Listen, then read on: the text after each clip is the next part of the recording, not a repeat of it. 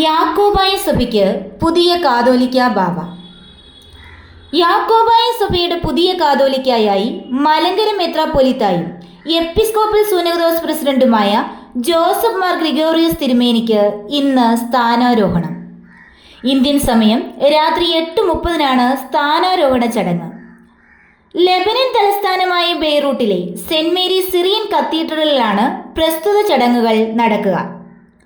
ശ്രേഷ്ഠ Baselios Thomas പ്രഥമൻ ബാവ കാലം ചെയ്തതിനെ തുടർന്നാണ് നിയുക്ത കാതോലിക്ക ബാവ ജോസഫ് മാർ ഗ്രിഗോറിയോസിനെ പുതിയ കാതോലിക്ക ബാവയായി തിരഞ്ഞെടുത്തത്.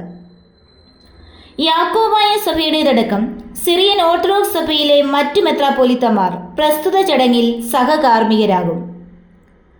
ചടങ്ങ് നടക്കുന്ന സെന്റ് മേരീസ് കത്തീഡ്രലിൽ ഇന്നലെ നടന്ന പ്രാർത്ഥനയ്ക്ക് പാത്രിയർക്കീസ് ബാവായും നിയുക്ത കാതോലിക്ക ബാവ ജോസഫ് മാർ ഗ്രിഗോറിയോസും നേതൃത്വം നൽകി.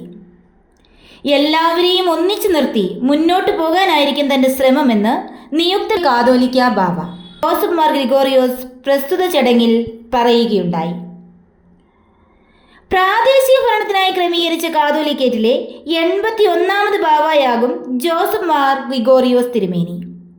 കേരളത്തിൽ നിന്ന് മലങ്കര കത്തോലിക്ക സഭയുടെ തലവനായ കർദിനാൾ ബെസേലിയോസ് ക്ലീമീസ് കാതോലിക്ക ബാവായും മാർത്തോമാ സഭയെ പ്രതിനിധീകരിച്ച് ജോസഫ് ബർണബാസ് സഫ്രഗൻ മെത്രാപ്പൊലീത്തായും മറ്റ് സഭാ പ്രതിനിധികളും പങ്കെടുക്കും.